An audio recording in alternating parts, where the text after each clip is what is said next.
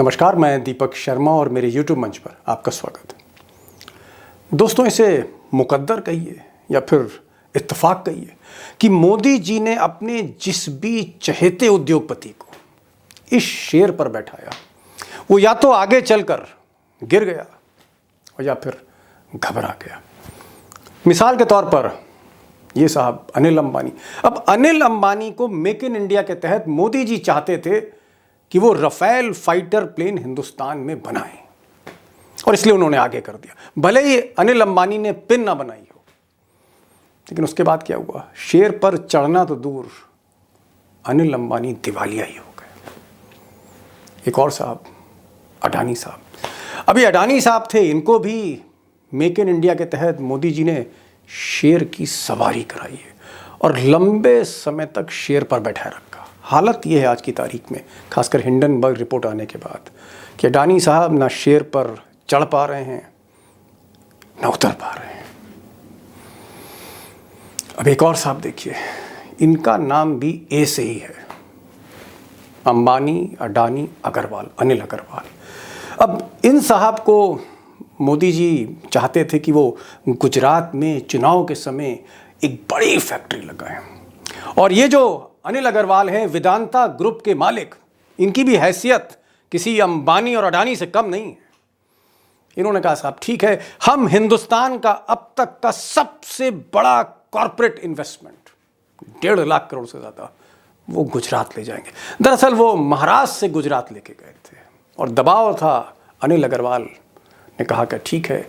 और गुजरात में अनिल अग्रवाल की ये जो फैक्ट्री थी, कारखाना था, प्लांट था, जहां सेमीकंडक्टर बनने थे, ये एक बहुत बड़ा चुनावी वायदा था और मोदी जी को उससे कामयाबी भी मिली, बड़ी कामयाबी मिली। लेकिन आज ये जो ए साहब हैं, ये डबल ए कह लीजिए, अनिल अग्रवाल, इनका हाल भी बाकी एक ही तरह है। कर्जा चढ़ गया साहब, 66,000 करोड़ रुपए का। सही सुना आपने, 66,000 करोड़। अब ये जो मोदी जी के ट्रंप के 3 इक्के हैं, या आप AAA बैटरी कह लीजिए मोदी जी की, जो डिस्चार्ज हो रही हैं, इसमें अनिल अग्रवाल इतने अहम क्यों हैं, ये आप जानना चाह रहे होंगे। दरअसल गुजरात जब चुनाव हो रहे थे तो मोदी जी थोड़ा सा शुरू में घबराए हुए थे। अरविंद केजरीवाल की वजह से, कांग्रेस की वजह से, कुछ काम भी नहीं किया था, रिपोर्ट कार्ड भी नहीं था, नई सरकार थी, पूरी कैबिनेट बदल दी थी, और सबसे बड़ी बात, गुजरात में कोई प्रोजेक्ट नहीं गया था।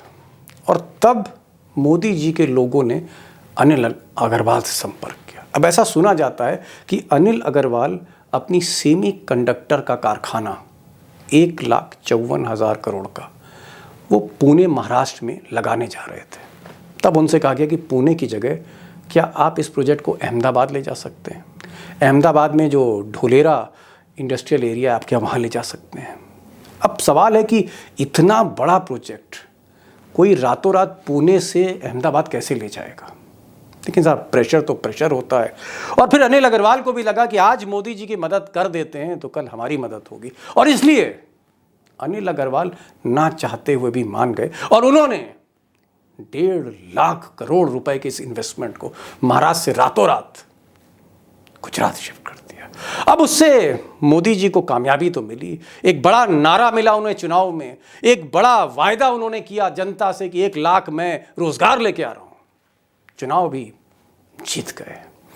लेकिन इधर जो शेर की सवारी कर रहे थे अनिल अग्रवाल, उनकी हालत भी अडानी जैसे होने लगी।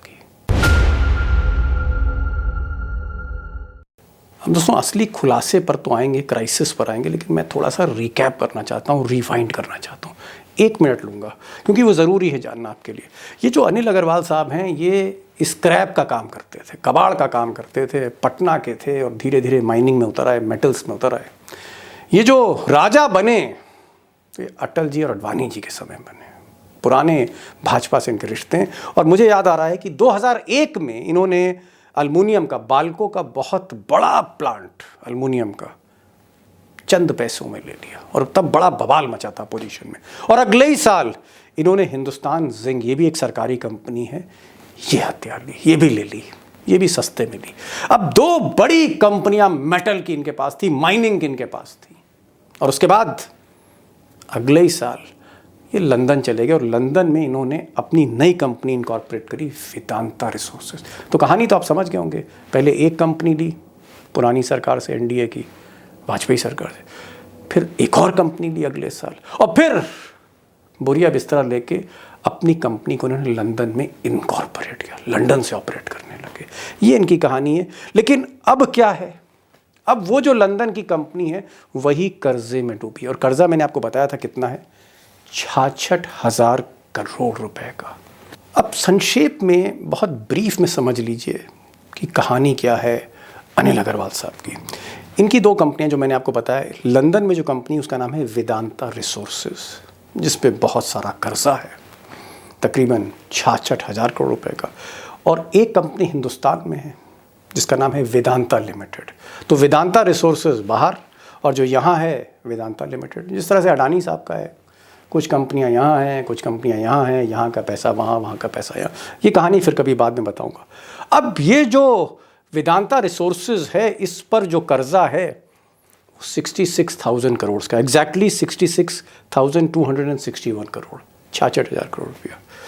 और इनको जनवरी 2024 यानी अगले 10 महीनों के अंदर इनको देना है 8,280 करोड़ ड्यू है इनका, और इनको पैसे की बहुत बड़ी किल्लत है। तो अनिल अग्रवाल चाहते थे कि अगर वेदांता रिसोर्सेज और वेदांता लिमिटेड का मर्जर कर दिया जाए तो शायद कुछ राहत मिल जाए, लेकिन उसमें बहुत सी तकनीकी प्रॉब्लम थी, तो ये फंस गए बहरहाल। अब इस फंसने का असर क्या है मोदी जी की राजनीति पर? वो असर ये है कि जो सबसे बड़ा प्लांट का वादा किया, 1.5 लाख करोड़ का सेमीकंडक्टर का जो प्लांट का वादा गुजरात में वो करके आए हैं, वो कैसे शुरू होगा? अगर अनिल अग्रवाल की माली हालत इतनी जर्जर होती चली जाती है तो फिर होगा क्या? क्योंकि जो शेयर का भाव अगर आप देखेंगे तो शेयर भी औंधे मुंह गिरा, जैसे अडानी के शेयर गिरे हुए हैं वैसे ही शेयर वेदांता के भी गिरे। मिसाल के तौर पर अप्रैल 2022 में जो शेयर का भाव 435 रुपए था, 435, 435 से उतरकर 267 आ गया, यानी 1 रुपया जो है वो 98 बन गया है। जैसे अडानी जी का 1 रुपया 54 बन गया था, फ़र्क इतना ही है, आधा आ गया है दाम। और ऐसी क्राइसिस में वो मोदी जी की तरफ देख रहे हैं, और मोदी जी की दिक्कत ये है कि अब मदद करें तो कैसे करें? लांछन अडानी पर लग रहे हैं तो अग्रवाल साहब को कैसे संभालेंगे? अब दोस्तों, सरकार के करीब कुछ लोगों से जो जानकार हैं उनसे मेरी बातचीत हुई, उनका ये कहना है कि अगर ये अडानी क्राइसिस ना होता, ये जो विकराल रूप ले लिया है, ये जो आग की लपटें धीरे धीरे ये सरकार की तरफ बढ़ रही हैं, मोदी जी की तरफ बढ़ रही हैं, मोदी जी की साख गिर रही है, इंटीग्रिटी पर सवाल उठ रहे हैं, अगर ये सब ना हुआ होता तो शायद अनिल अग्रवाल की इतनी बदकिस्मती ना होती, उनको कहीं ना कहीं मदद किसी न किसी ज़रिए से पहुंचती। अब वो नहीं हो पा रहा। उसकी वजह क्या है? वजह दरअसल ये है कि अडानी का जो मामला है मार्केट मैनिपुलेशन का, जो फ्रॉड के आरोप उनके ऊपर लगे हैं, पैसे के लेन देन के आरोप लगे हैं कि साहब ये पैसा हवाला के थ्रू आया है, हवाले के थ्रू गया, ये मनी लॉन्ड्रिंग का मामला है, काले धन का मामला है, और इसकी जो कीमत है वो लाखों में नहीं है, करोड़ों में नहीं है, अरबों में नहीं है, खरबों में कीमत है उसकी। अब उसकी जो जांच है वो सुप्रीम कोर्ट में आ गई है, और सुप्रीम कोर्ट में ये जो साहब हैं जज चीफ जस्टिस चंद्रचूड़, इन्होंने कहा कि साहब कमेटी मैं बनाऊंगा, पैनल मैं बनाऊंगा, जांच मैं करवाऊंगा, और एक ऐसी जांच जिसमें सरकार का दखल नहीं होगा, यानी मोदी और अमित शाह का जिसमें दखल नहीं होगा, ऐसी कमेटी अडानी पर जांच करे। तो दुखती रग फिलहाल अडानी है, और अडानी की इस दुखती रग की वजह से मोदी जी सोच रहे हैं कि शेर पर अब अनिल अग्रवाल को कैसे सवार करें, और अगर सवार कर दिया है तो उतारें कैसे। ये एक बहुत बड़ा आप कह सकते हैं संकट है मोदी जी के आगे। अब दोस्तों, अगर उद्योगपति की या क्रोनी कैपिटलिस्ट की अगर सरकार मदद करना भी चाहे पिछले दरवाजे से, पिछले खिड़की से, तो ये मुमकिन है। लेकिन यहाँ एक दिक्कत ये है, या बदकिस्मती कह लीजिए अडानी जी की या अग्रवाल जी की, कि ये चुनावी साल है, 9 राज्यों में चुनाव होने हैं, और अगर आप कर्नाटक देखें तो बीजेपी एक बहुत मुश्किल ज़मीन पर है। अगर आप मध्य प्रदेश देखें, राजस्थान देखें, छत्तीसगढ़ देखें, तो वहाँ भी बीजेपी की जो लड़ाई है कांग्रेस से, उसमें कांग्रेस कहीं ज़्यादा हावी है। और अगर आप तेलंगाना की बात करें जहां चुनाव होना है, तो तेलंगाना में भी बीजेपी इतना हल्ला मचाने के बाद कुछ नहीं कर पाई। तो ये चुनाव की स्थिति है आने वाले कुछ महीनों में, और जैसे ही आने वाले महीने दिसंबर तक ख़त्म होंगे तो सुपर फाइनल आ जाएगा 2024 का, जिसमें मोदी जी की साख, मोदी जी का भविष्य खुद ही फंसा हुआ है कि वो तीसरी बार क्या चुनाव जीतेंगे, तीसरी बार प्रधानमंत्री बनेंगे कि नहीं बनेंगे। और उधर राहुल गांधी ने कह दिया है कि जो अडानी का मामला है, जब तक मोदी जी सफाई नहीं देते संसद में वही शोर शराबा रहेगा। तो संसद में भी बवाल है, हंगामा है, सड़क पर भी हंगामा है, और ये कहीं ना कहीं टकराव बढ़ता जा रहा है अडानी को लेकर। और इस टकराव में जहाँ अडानी कुछ नहीं कर पा रहे हैं, नुकसान अनिल अग्रवाल का भी हो रहा है। अब दोस्तों, चाहे वो ए से अंबानी हो, ए से अडानी हो, ए से अग्रवाल हो, हकीकत यह है, ज़मीनी हकीकत यह है कि सरकार कहीं ना कहीं अर्थव्यवस्था को, डिजिटल इंडिया प्रोजेक्ट को, मेक इन इंडिया प्रोजेक्ट को पटरी पर नहीं ला पा रही है। और हमारे जो प्रोडक्शन है घटता चला जा रहा है, हमारे एक्सपोर्ट्स जो है कम हो रहे हैं, इंपोर्ट्स हमारे बढ़ रहे हैं, और उसके बीच में जो बड़े बड़े कॉन्ग्लोमरेट्स हैं बिजनेस, उनकी जो ये हालत हो रही है, हो सकता है उसमें कहीं ना कहीं मोदी सरकार रिस्पॉन्सिबल हो, ये हम नहीं कह सकते। लेकिन इसका क्यूमुलेटिव इफेक्ट ये है कि हमारी अर्थव्यवस्था पहले से भी ज़्यादा कमज़ोर हो रही है, और ये फैक्टर्स भी उसमें एक नया परसेप्शन खड़ा कर रहे हैं, खासकर दुनिया के आगे। बहरहाल देखना ये होगा कि अनिल अग्रवाल इस मुसीबत से निकलते हैं कि नहीं निकलते हैं, और ये जो हज़ारों करोड़ रुपए का जो कर्जा है, कौन बैंक आगे आता है उनको मदद करने के लिए, या सरकार किस तरह से मदद करती है, तो आने वाला वक्त बताएगा। और ये भी कि अनिल अग्रवाल क्या उनका हाल आगे चल के अडानी जैसा होता है, और अगर अडानी जैसा हाल होता है तो ये दूसरा बड़ा झटका होगा कॉरपोरेट जगत को हिंदुस्तान में। इस खबर पर मैं नज़र रखूँगा, क्योंकि ये खबर अभी नई है, थोड़ी कुछ ही दिन हुए हैं ये मामला सामने आया है, और ये भी ब्लूमबर्ग सामने लेके आया, गोदी मीडिया ने खबर नहीं की थी। तो इस पर मैं नज़र रखूँगा और मैं बताऊँगा कि इसका इम्पैक्ट क्या होगा।